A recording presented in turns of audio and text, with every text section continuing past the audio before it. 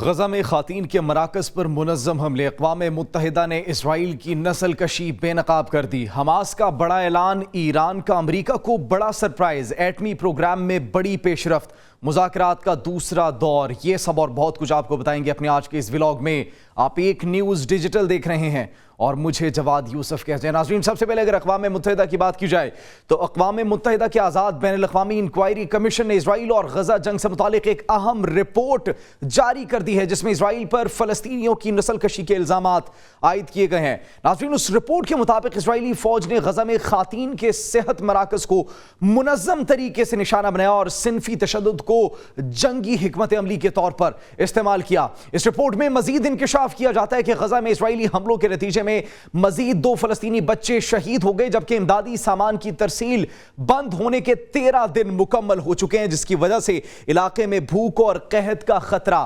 مزید بڑھ چکے ہیں۔ ناظرین، اب یہ اسرائیل کی جو نسل کشی ہے یہ بے نقاب کر دی گئی ہے بین الاقوامی تنظیموں کی جانب سے، اقوام متحدہ کی جانب سے، جن میں کلیئر کٹ یہ بیان کر دیا گیا ہے کہ اسرائیل کس طریقے سے منظم طریقے سے نسل کشی استعمال کر رہے ہیں، جس میں معصوم بچوں کو نشانہ بنایا جا رہا ہے، جس میں معصوم خواتین کو نشانہ بنایا جا رہا ہے، جو کہ بے سر و سامانی کی حالت میں اپنا گھر بار سب کچھ قربان کر چکی ہیں۔ اور دوسری جانب ناظرین، مغربی کنارے میں یہودی آبادکاروں کے حملے بھی جاری ہیں، جہاں نہ صرف فلسطینی بستیوں کو نشانہ بنایا جا رہا ہے بلکہ املاک کو بھی نذر آتش کیا جا رہا ہے۔ اقوام متحدہ کی رپورٹ عالمی برادری کے لیے ایک بڑا انتباہ ہے، ایک بہت بڑا انتباہ ہے کہ اسرائیل غزہ میں انسانی حقوق کی سنگین خلاف ورزیوں میں ملوث ہے، لیکن ناظرین پھر بھی بین الاقوامی منظرنامے پر ایک خاموشی ہے۔ اسرائیل کے خلاف کوئی اقدامات نہیں کیے جا رہے جس طریقے سے کرنے چاہیے۔ دوسری جانب ناظرین، اگر ایران کی بات کی جائے تو ایران کے بریگیڈیئر جنرل قیومرث حیدری نے فوج کی آمادگی کی صورتحال کے بارے میں ایک بیان جاری کیا ہے، اور وہ کہتے ہیں کہ اس وقت سرحد پر ہمارے 11 بریگیڈ تعینات ہیں، اور یہ ملکی سطح پر امن کے قیام کی کوشش و آمادگی کی ایک بہت بڑی مثال ہے۔ پھر تاکید کی جاتی ہے کہ فوج کا کام خود کو مضبوط بنانا ہے، پہلے سے تمام شعبوں میں تقویت کی ضرورت ہے، اور پھر کارکنوں کی معیشت کو ترجیح حاصل ہے۔ ایران کی بری فوج کے کمانڈر ناظرین مزید کہتے ہیں کہ یہ جو خطرات کے پیش نظر فوجی مشن کے بارے میں بیانات جاری کیے جا رہے ہیں، اس کے بارے میں کہتے ہیں کہ ایران کو ہمیشہ سے خطرہ لاحق رہا ہے، اور جس بات نے خطرے کا احساس نہیں ہونے دیا وہ دفاع کے لیے ایران کی مسلح افواج کی ہمیشہ آمادگی ہے۔ کہتے ہیں کہ جو بھی دشمن اپنی خام خیالی میں ایران کو جارحیت کا نشانہ بنانے کا سوچتا ہے تو ایران کی مسلح افواج کی ہمتن آمادگی کو دیکھتے ہوئے پشیمان ہو جاتا ہے اور اپنے جارحانہ منصوبے سے دستبردار ہو جاتا ہے۔ مطلب ایک دھمکی دی جا رہی ہے ان کی جانب سے کہ اگر آپ یہ سوچ رہے ہیں کہ آپ ایران پر حملہ کریں گے، اگر آپ یہ سوچ رہے ہیں کہ آپ ایران کی قومی سلامتی پر خطرہ بن جائیں گے، اگر آپ ایران کے عوام کو جو ہے وہ نقصان پہنچانے کا کوئی عزم یا ارادہ رکھتے ہیں تو یہ آپ کی بہت بڑی بھول ہے، کیونکہ ہماری فوجی اور عسکری قوت، ہماری بحری قوت، ہماری دفاعی صلاحیتیں شاید آپ کے وہم و گمان میں بھی نہیں ہوں گی۔ ہم خود کو دن بدن مضبوط سے مضبوط تر کرتے چلے جا رہے ہیں، اور ہم آپ کو بھرپور جواب دینے کی طاقت اور ہمت رکھتے ہیں۔ دوسری جانب ناظرین، حماس کے ترجمان عاظم قاسم نے ایک بڑا بیان جاری کیا، جس میں کہا جاتا ہے کہ حماس پہلے سے طے شدہ معاہدے کی پاسداری کر رہی ہے اور دوسرے مرحلے کی طرف بڑھتی چلی جا رہی ہے۔ یہ بیان ناظرین ایک ایسے وقت میں سامنے آیا ہے جب صہیونی میڈیا نے کہا کہ امریکہ جنگ بندی کے پہلے مرحلے میں توسیع کا خواہاں ہے تاکہ مزید صہیونی قیدیوں کی رہائی ممکن ہو سکے۔ اور آپ جانتے ہیں کہ اس کے بارے میں کیوں بیان دیا گیا تھا، کیونکہ دوہری شہریت کے کچھ ہاسٹیجز، کچھ قیدی حماس کے قبضے میں موجود تھے۔ اب ناظرین، ان خبروں کے بعد عاظم قاسم جو ہے انہوں نے زور دیا کہ حماس جنگ کا مستقل خاتمہ اور اسرائیلی فوج کا مکمل انخلا چاہتا ہے تاکہ وہ غزہ پٹی کو چھوڑ کر فلسطینیوں کے لیے ایک آسانی فراہم کرے۔ ہم دوبارہ جنگ نہیں چاہتے، لیکن اگر قابض اسرائیلی فوج جارحیت دوبارہ شروع کرتی ہے تو ہمیں اپنے عوام کا دفاع کرنا آتا ہے۔ یہ حماس کے ترجمان کی جانب سے ناظرین بیان سامنے آتا ہے، اور پھر مزید کہتے ہیں کہ اسرائیل نے جنگ بندی معاہدے کی انسانی ہمدردی سے متعلق شقوں پر عمل نہیں کیا، اور یہ بالکل ٹھیک بات کی جاتی ہے ان کی جانب سے۔ کیونکہ امدادی سامان کی اگر ترسیل ہو اس کو روکا گیا، بلاکیج کر دی گئی، ایندھن کی فراہمی ہو نہیں پہنچنے دیا گیا، مسلسل حملے بھی جاری ہیں،